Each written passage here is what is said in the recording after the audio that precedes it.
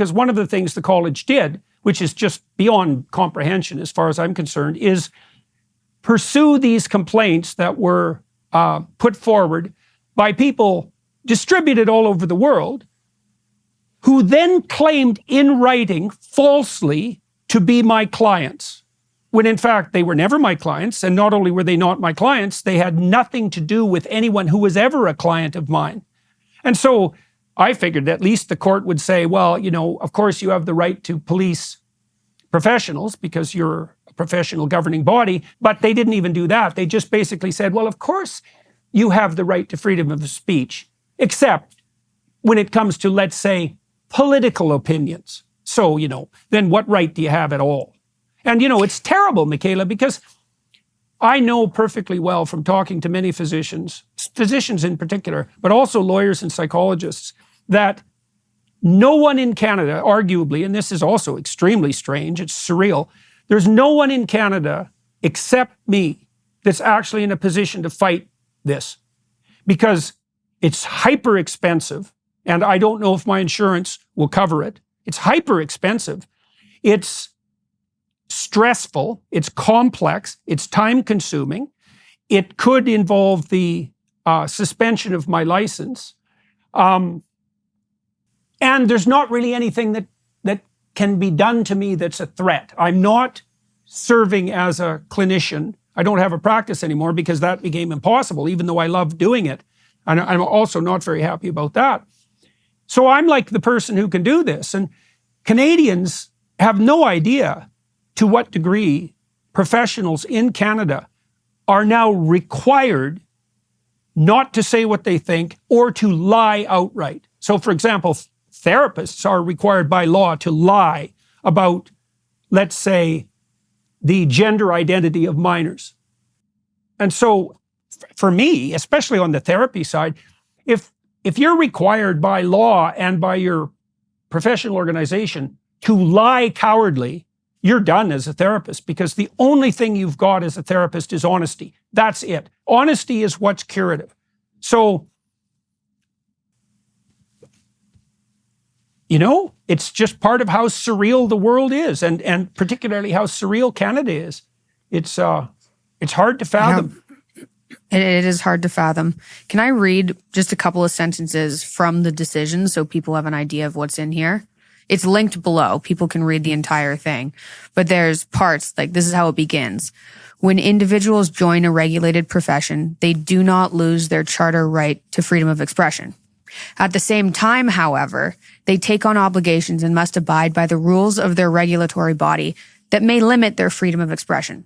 That's just one sentence after another. That's how it starts. Yeah, perfect. It's a great thing to highlight. You know, it's like, well, you have this fundamental right, but what? What rules? There's a rule, eh? There's a rule. Is that right? That the College of Psychologists has, that I can't criticize Justin Trudeau on Twitter. That's a rule, is it? And if someone anywhere in the world complains about the fact that I've criticized Justin Trudeau, let's say, that all of a sudden that's a rule, even though it wasn't a rule. And of course I get to criticize Justin Trudeau, not only because he richly deserves it in every way you can possibly imagine, but because that's actually what freedom of speech means. So I have no idea what the court means by, you know, abiding by the rules. So the rules are whatever the bloody College of Psychologists determines constitutes a rule after the fact, given their complete freedom to make manifest any rules they want. Yeah. It's beyond comprehension. And yes, but I have freedom of speech. It's like, do I now? What do I get to talk about? Apparently I can't even talk about the weather. You know, here's another fact. This is literally the truth.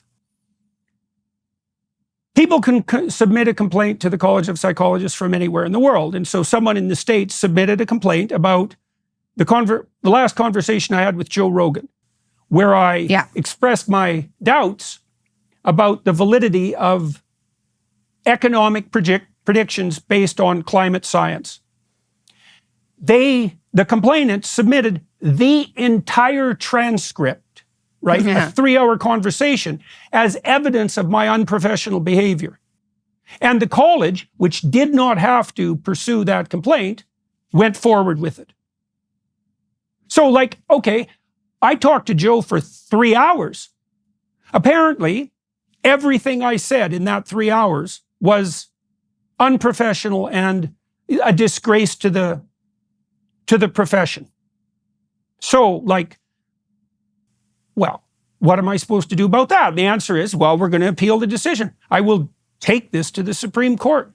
I don't think that any judges will have either the wisdom or the courage to rule about this properly, except at the Supreme Court level. And I'm not particularly optimistic about that either.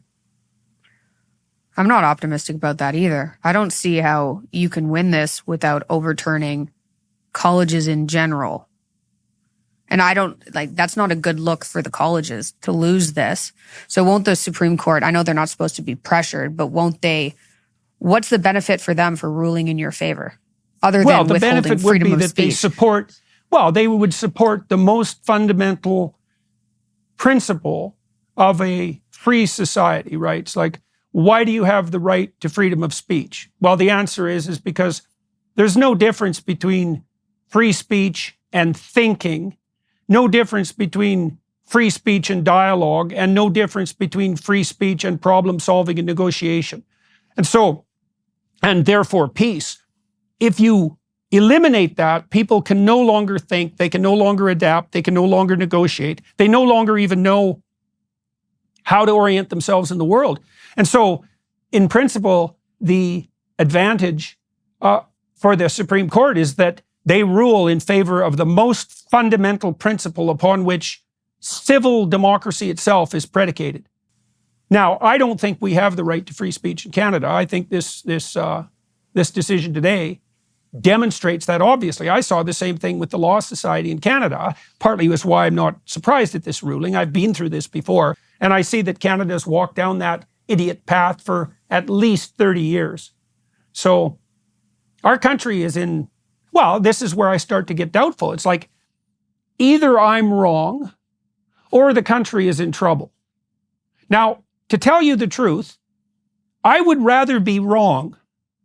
But I've thought it through. It's like, okay, what did I do exactly? None of my clients complained. That has nothing to do with this.